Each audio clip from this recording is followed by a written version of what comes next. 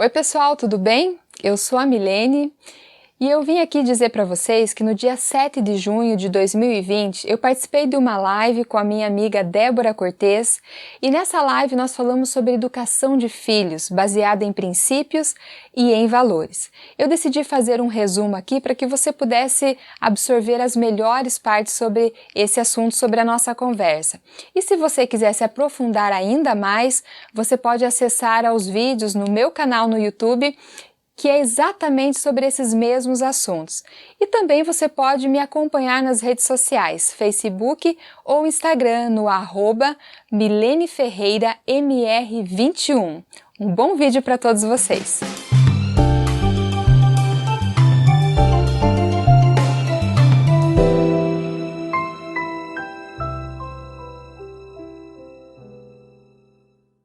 Além de mãe, né, que é essa experiência que a gente tem, e eu busco conhecer, me aprofundar já na primeira gestação. Então eu sempre tive comigo, que é o que a Bíblia diz, né? Conhecereis a verdade vos Sim, libertará. Então eu pensava assim, eu não quero ficar refém da dúvida. Mesmo que não exista manual, porque filho de fato não vem com manual, é possível a gente aprender e se antecipar com coisas que poderão acontecer. Eu sempre acreditei nisso, então sempre busquei ler, conhecimento e mais do que isso, pôr em prática, que é a parte mais difícil, digamos assim, sim. né?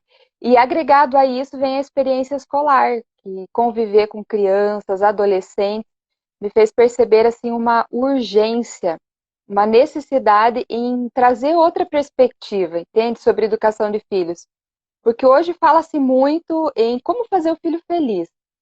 A preocupação dos pais hoje, o medo dos pais é que os filhos não amem eles e que os filhos se frustrem. Só que isso já está mostrando resultados ruins. Então é preciso falar novamente de valores, é preciso falar novamente de princípios, porque afinal de contas é isso que dá uma estrutura sólida para quando esses filhos crescerem, terem condições, né, de quando adultos agirem como adultos e não deixar a criança no Sim, controle. Não é exatamente. verdade? E o que falta é isso, né, Débora? Hoje se divulgou muito essa ideia de ser feliz a qualquer custo, né? Eu ouço às vezes de alguns pais dizendo assim: ah, pelo meu filho eu faço qualquer coisa. Eu digo: não, eu não faço qualquer coisa. Eu faço, Sim, procuro fazer o que é certo, corrigir se necessário, porque os filhos vão internalizando isso, que o mundo precisa servi-los. E a felicidade deles é o que importa. A gente sabe que na vida real não é assim que acontece.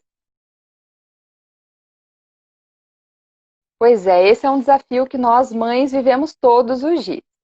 É uma coisa impressionante. Parece não. Toda mãe vive permeada de culpa. Culpa pelo que fez, pelo que não fez, pela maneira que fez, que deveria ter sido diferente. E nós sempre convivemos com esse sentimento. Mas isso é muito prejudicial, porque se a gente parar para pensar, para que serve a culpa, né? As funções dela para nós não agrega muito, pelo contrário, ela impede de que a gente venha agir de forma certa, de forma coerente, né, com razão, não só na emoção. Então, quem carrega a culpa o tempo todo tende a educar sempre pelo medo, é sempre baseado em emoção. Então, basicamente, a culpa serve para quê? Para você se autopunir. Bom, já que eu não fiz o certo, já que eu não agi como deveria, eu não fiz o que deveria ter feito, então pelo menos eu me culpo. É como se fosse uma maneira de aliviar, né, a culpa por não ter feito algo, por ter feito de forma errada. E ainda ela serve para aprisionar a gente no passado. Entende? Porque a mãe que carrega a culpa, ela pode acertar 10 vezes. E todas as 10 vezes que ela acerta, ela recorre. Puxa, mas aquele dia eu fiz errado. Mas aquele dia eu fiz meu filho se sentir assim, eu peguei pesado demais, ou eu deveria ter pego mais firme, né? E a mãe fica recorrendo sempre ao passado. E aí é importante a gente lembrar que o passado, ele é importante, porque primeiro ele é parte daquilo que nós nos formamos, quem, né, nós hoje somos.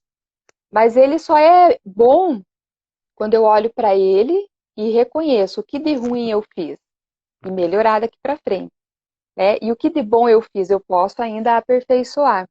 Então, quando a mãe alimenta esse sentimento de culpa, ela tende a não acertar. as decisões dela passam a ser baseadas sempre no medo. E aí isso não vai trazer bons resultados, porque o medo, como eu sempre falo, né, até certo ponto ele é bom, porque ele deixa a gente em estado de alerta, deixa a gente preocupado, né, tentando antecipar o que pode acontecer, mas esse medo sem razão, esse medo sem uma justificativa real, né, de que fato é um problema, é ruim, porque paralisa a mãe. E aí, baseada no medo, ela não consegue racionalizar, não consegue enxergar a situação com outra perspectiva, mas sempre refém do medo. E é isso que acontece, sabe? E os filhos têm percepção, Débora. Eles não sabem oralizar, eles não sabem externar, né? Ah, minha mãe sente medo, mas eles são perceptivos. E tem criança muito esperta, as mães às vezes subestimam a capacidade, a inteligência dos filhos, mas eles são espertos e eles começam sim a manipular. E a gente vê mães que são reféns dos próprios filhos. Isso é ruim. Agora, quando que a mãe consegue racionalizar e não conduzir a educação só baseada no medo, na culpa? É aquela mãe que tem visão a longo prazo. Aquela mãe que é consciente, ela sabe que ela tem uma criança, que ela tem um adolescente e tudo que ela fizer agora vai impactar, né, vai formar, vai registrar informações ali para essa criança e lá na frente ele vai acabar reproduzindo. Então, o que as mães devem pensar é como eu desejo, como eu imagino que meu filho seja quando adulto. Qual é a formação que eu quero que ele carregue? Quais são os valores que eu quero que ele tenha internalizado, independente das circunstâncias? Então, quando a mãe tem clareza desses conceitos, ela consegue educar a longo prazo. E essa visão a longo prazo puxa a gente para pôr o pé no chão, para a realidade, faz a gente fugir dessa zona da emoção e do medo que, como a gente já disse, aprisiona mesmo. E o pai nunca vai conseguir suprir isso. Nunca vai, entende? Hoje é o celular, amanhã é o tênis, depois é uma viagem. E aí os pais acabam fazendo sacrifícios, por exemplo, para dar um celular para o filho que nem eles comprariam para eles. Entende? Exato. E aí o que acontece? Mais uma vez o medo, né? Ele vai alimentando a ideia de que os desejos e os caprichos precisam ser atendidos. Mas vai chegar um momento, e olha só, Débora, isso não tem nada a ver com condição social.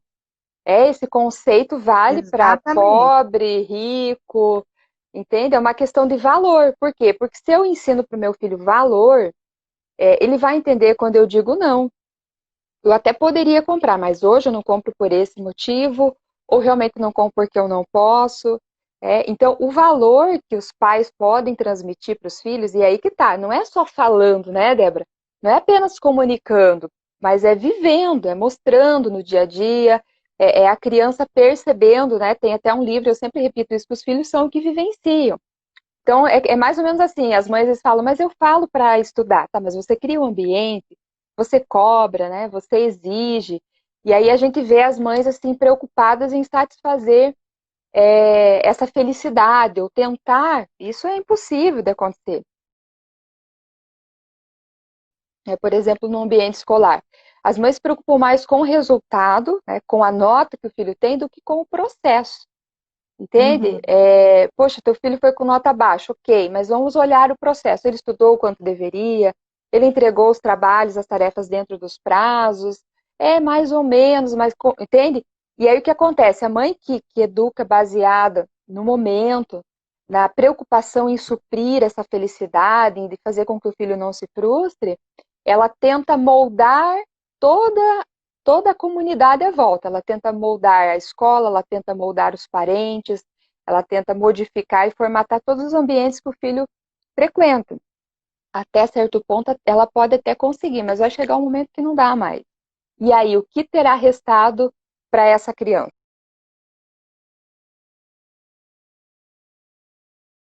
Né? E Se, aí, se, e aí que entra os valores, né, Débora? Porque se você ensina teu filho que ele pode sim ser feliz, ele pode ser bem resolvido na escassez ou na fartura, que ele tem uma identidade, que ele é importante exatamente como ele é, que ele não precisa imitar o comportamento dos colegas ou ter o que os colegas têm só porque os colegas têm, né? Ó, filha, hoje eu vou te dar, você já tem, sei lá, X idade, hoje eu vou te dar esse celular, porque você merece, porque você conquistou.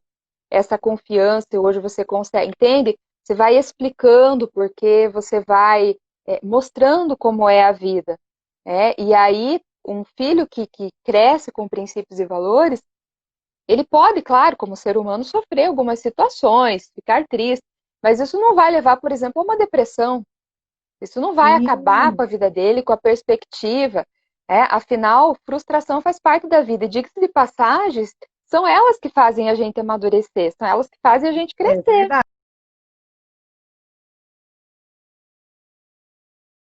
Que tudo vem fácil, que não precisa se esforçar. E aí é que entra, Débora, a razão porque tantas crianças e adolescentes hoje vivem um estresse, uma ansiedade fora do normal, síndrome do pânico e até depressão. Por quê? Porque ela acostumou-se, a mãe habituou essa criança a entender, né, que tudo vem fácil e que tudo que ela quer, ela vai ter. Aí o primeiro desafio que aparece, um simples desafio, uma prova que ele foi mal, um trabalho que ele não conseguiu apresentar lá na frente dos colegas, coisa simples. A criança não consegue gerir isso. Aí vem o desespero, aí vem a angústia, e aí vai a mãe pedir, pelo amor de Deus, resolvam essa situação, porque vocês têm que entender a situação do meu filho e tal. Mas o fato é que daí não educa. Então a criança vai assimilando, vai internalizando que tudo vem fácil. E aí, às vezes, vejam bem, qual é o ambiente que isso começa a aflorar? É na escola. Eu sempre falo que na casa, o ambiente de educação é um ambiente do aconchego, de amor, de muita compreensão. Na escola já é um meio mais intermediário. Ou seja, não é tão carinhosa e bondosa quanto a casa, quanto a família, mas também não é tão cruel quanto a vida real. Já a vida real não vai ter, não vai intermediar. Entende? Se chegou atrasado, meu filho, chegou, já era. Perdeu a entrevista, perdeu. Questão de prazos, né? Como você falou, a gente procura sempre desenvolver essa questão. Ah, mas é 10 minutos. Não, peraí, não é só 10, não são apenas 10 minutos. São os 10 minutos atrasados. Então, são esses valores que a gente precisa resgatar. Então, não é só uma questão assim, às vezes as pessoas falam assim, o problema é que a gente saiu de um extremo e foi para outro, né? Antes era uma educação muito rigorosa, muito tradicional, Sim, e o problema é que o extremo agora é que a criança pode tudo, ela decide, ela resolve, né? Antes o que era importante era a autoridade dos pais. E eles decidiam e comandavam a dinâmica da casa. Hoje é uma criança. Onde vai comer, qual escola quer estudar, quer ou não fazer a tarefa, o entende? que Então ela essa quer. inversão de valores, E o que eu penso, assim, Débora, que é importante hoje é o resgate desses valores, mas de forma equilibrada. O equilíbrio aqui é Sim, importante. E né? ao contrário do que os pais pensam, por exemplo, meu filho não vai me amar, vai ficar magoado comigo. Pelo contrário, quando o pai e a mãe assumem essa postura de autoridade que compete a eles, isso gera segurança para a criança, mesmo quando ela recebe um não.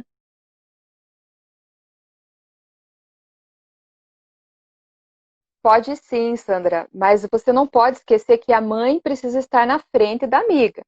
Então você pode ser uma mãe que exerce autoridade, que sabe o teu papel e não abre mão disso. Porque às vezes a mãe não vai conseguir ser amiga, ela precisa ser mãe, em primeiro lugar. Então você pode ser mãe e amiga, mas jamais ser amiga-mãe. Né? Por quê? Porque não dá certo isso. Em algum momento, quando a criança ou adolescente procurar como amigo, você esquece que vai ser amiga e vai assumir a postura de mãe. Né? Então, assim, isso vai gerar algum conflito em algum momento. Então, você pode sim ser amigo do seu filho, mas em primeiro lugar precisa ter esse papel de mãe. Então, olha, a mãe helicóptero é aquela mãe que paira o tempo todo sobre cada suspiro do filho. Ela controla as escolhas, o que vai brincar, quando brincar, né? Aquela criança que se descuidou, um minuto ela já está atrás. Ela controla, por exemplo, o que a criança vai comer. Não que nós, mães, não fazemos isso. A gente tem, como já falamos, autoridade. Mas ela não deixa a criança decidir, ela sempre está induzindo a criança. Por quê? Uma das principais características da mãe helicóptero é que ela quer garantir que tudo seja perfeito e que a criança não se frustre. É diferente, por exemplo, toda mãe, né? Esses dias uma pessoa me perguntou lá, viu, mas a minha mãe, ela eu não sinto frio, ela quer que eu vista a blusa. É diferente, isso é um cuidado, você está dentro do princípio da saúde e da segurança. A mãe helicóptero é diferente, ela está o tempo todo vigiando. É aquela mãe, por exemplo, que quando a criança vai para a escola, e bastou aparecer a primeira nuvenzinha de chuva lá, ela já liga, viu? Veste a blusa nele. Entende? Aquela criança que ela vai pisar no chão, não, não, não, não pisa aí que tá sujo, não, não, não põe a mão na boca. E quando o filho vai brincar com os outros colegas, ela interfere, ela intermedia, né? Para que o filho não seja frustrado. Ela controla quem vai fazer o que na brincadeira. E no final das contas, o que ela faz? Qual é o resultado disso? Ela poda todas as competências que essa criança poderia desenvolver. Autonomia, capacidade de decisão, de se defender. Não muito longe vai se tornar um adolescente absurdamente dependente dessa mãe e sem saber resolver as situações. E isso é desesperador, né? Eu falo assim que eu sinto compaixão quando eu percebo uma criança que foi educada a vida inteira por uma mãe helicóptero, né? Ela fica angustiada porque ela não sabe o que fazer, a não ser recorrer à mãe. E a mãe resolve tudo. Então, eu penso assim que a mãe helicóptero, ela consegue resolver situações pontuais no momento, mas a longo prazo a conta vai chegar, né? E vai afetar toda a vida dessa criança, que futuramente vai ser um adulto incapaz, incompetente, né? Eu sempre falo assim, olha, essa palavra não é no sentido ofensivo. Incompetente é que realmente não desenvolveu as competências básicas necessárias para dar conta, né, das situações adversas. Até uma forma de você tentar diagnosticar, será que eu sou uma mãe helicóptero? Porque às vezes as mães têm dificuldade de se autoanalisar. E a gente sabe que tem uma palavrinha, né, Débora, que é muito prejudicial, que é o autoengano. A gente acredita numa verdade porque justifica com outra coisa. Pode até ser verdade, mas ainda é uma justificativa. Então, vou dar aqui umas dicas para você saber se você é ou não uma helicóptero. Então, por exemplo... Hashtag pega dica. Hashtag. Hashtag se liga. Quem arruma a cama? Quem arruma a cama do seu filho? Ok? Quem acorda ele para ir para a escola se ele estuda de manhã? Quem é que lembra das tarefas, dos trabalhos? É ele ou é você? Quando ele vai mal na prova, quem é que entra em contato com o professor para tirar dúvidas? Por que essa nota? É você ou é o próprio filho? Você precisa lembrar o horário de comer, entende? Então, são apenas uns indíciozinhos aí, porque, claro, eu sempre falo, salva as proporções das idades, né, Débora? Porque uma criança, por exemplo, que está ingressando aí na fase de alfabetização, ela não vai ainda ter autonomia de controlar. Agora está na hora da tarefa, vou parar, vou desligar aqui a TV e vou fazer a tarefa. Mas uma criança aí já dos 7 anos em diante teria condições, sim. Se os pais trabalharam e desenvolveram esses valores, a criança consegue, sem dúvida nenhuma. A responsabilidade tem que intensificar e ir aumentando conforme a idade da criança e a fase do desenvolvimento. Então, eu me referi, por exemplo, à questão da vida escolar da criança. Sim. Né? E a questão da convivência com os pais. Eu sei que é muito forte afirmar isso, mas os indícios, né, o dia a dia nos dão pistas de que isso é real. E ninguém está inventando isso. De quê? De que os pais perderam ao longo da vida, aí nessa correria de conquistar, de ter isso é bom, isso não é ruim. Mas às vezes isso acabou tomando o primeiro lugar. E os filhos, como um produto de consumo, muitas vezes acaba ficando em segundo, terceiro, quarto, quinto plano. E aí os pais desaprenderam a conviver com seus filhos. Vejam, enquanto existem pais que estão felizes, porque os filhos estão perto. Puxa vida, uma oportunidade de passar mais tempo com eles.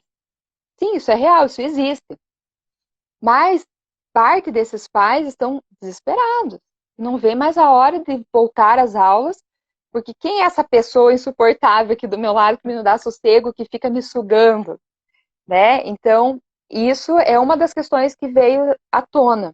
Né? Os pais perderam o jeito, se é que algum dia tiveram, da convivência com os filhos. E a segunda questão é a questão escolar. Né? Então, mas está difícil, meu filho não consegue aprender. Não é que ele não consegue aprender agora. Ele já não conseguia antes, só você não tinha percebido isso. Né? Ele estava dentro da sala de aula, não estava com você, né? Exatamente. Mas, assim, por exemplo, numa tarefa. teoricamente, a criança precisa ter condições de realizar a tarefa sozinha, sem a ajuda dos pais.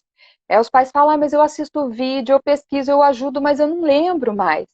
Que bom, porque não é para você, a tarefa é para ele, é para o seu filho, é ele que precisa ter condições de fazer. E por que ele não consegue? Porque ele não desenvolveu o hábito de estudo.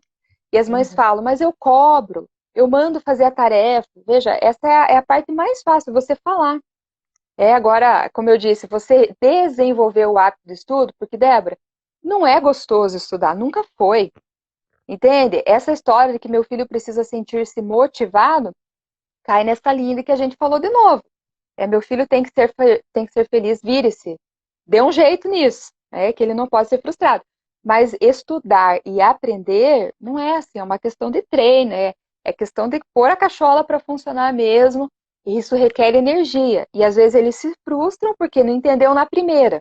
Esse professor não explica direito.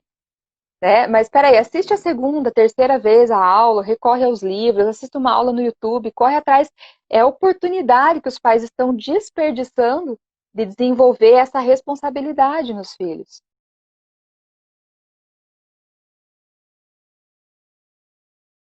E tá vendo como que é muito profunda essa questão, assim, porque eu digo que amo meu filho, claro, toda mãe ama seu filho, entende? Mas, assim, as minhas atitudes dizem isso.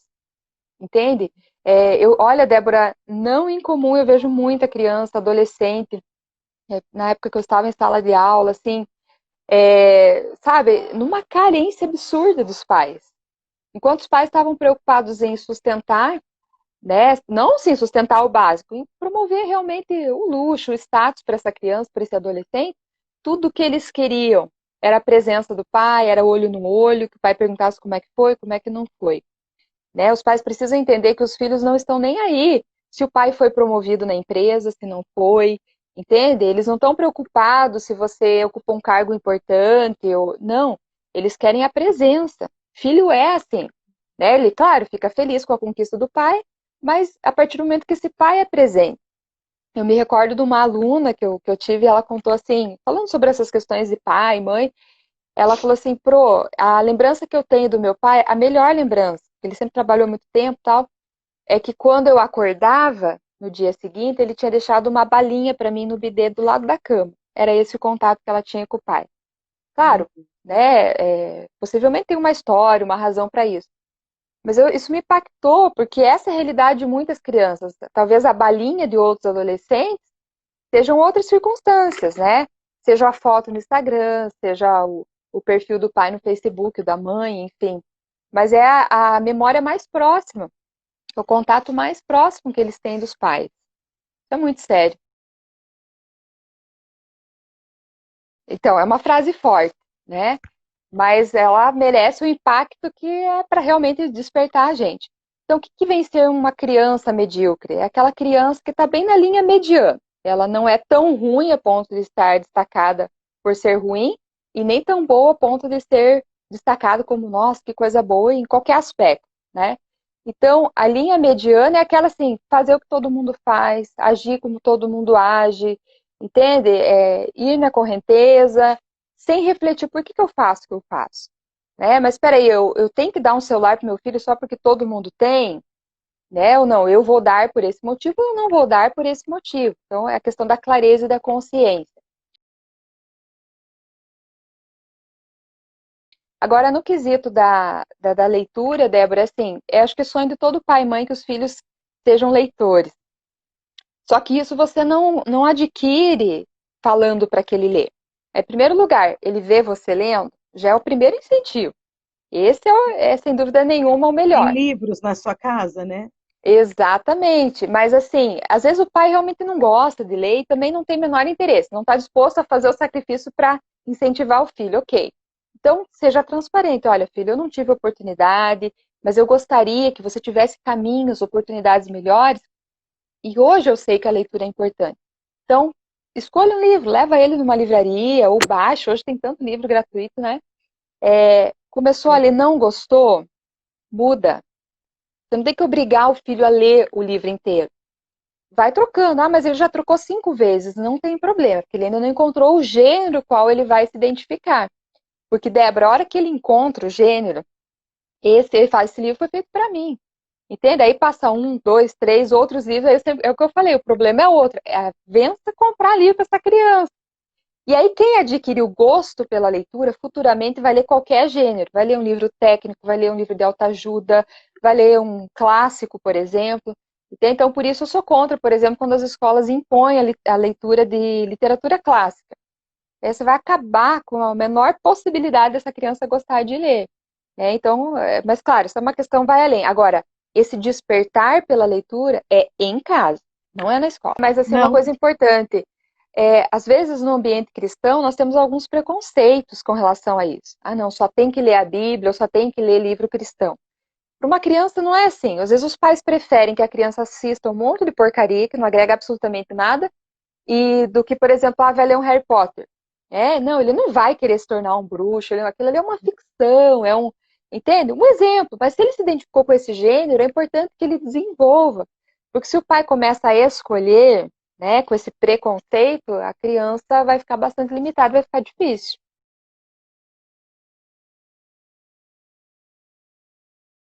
Por quê? Porque o fato de você reconhecer é só um passo. É importante, mas ele não te leva a uma atitude. Entende? Porque senão uhum, você fica ali girando volta na culpa, né? Eu reconheço, mas aí vem uma sensação de impotência. Eu reconheço, mas é assim mesmo. É onde a maioria das pessoas caem, né? Eu sou assim mesmo, eu sou desse jeito, meu filho é assim mesmo.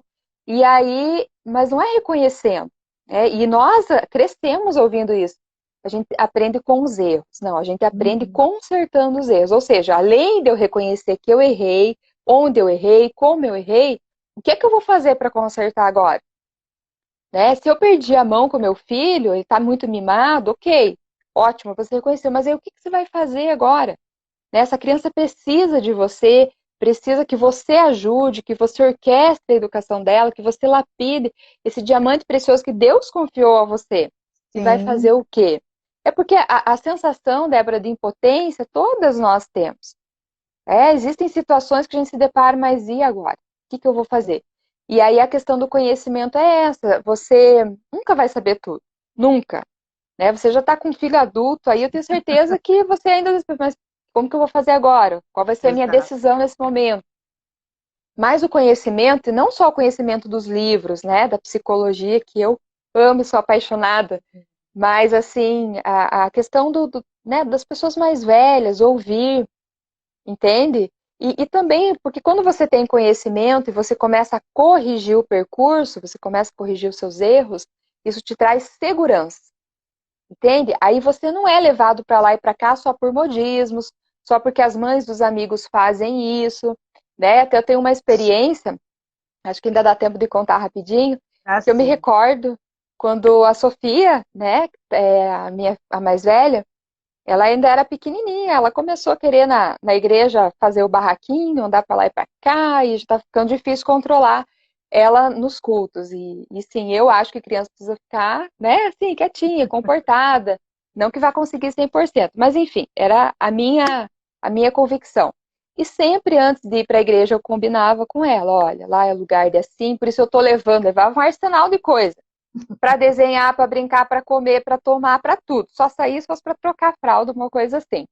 Só que ela já estava maiorzinha e eu prometi para ela, falei, olha, se você não se comportar dessa vez, vou ter que levar você no banheiro, a gente vai ter uma conversa de perto. E ela já sabia o que era. E adivinha o que aconteceu? Ela me testou e eu precisei cumprir a minha palavra, para não perder a autoridade. E aí levei ela no banheiro, dei um sermão, dei ali umas palmadas nela bem dada, e aí uma irmã, né, da igreja estava cuidando do banheiro, falou assim, onde que já se viu você fazer isso com a menina? E me deu uma lição de moral.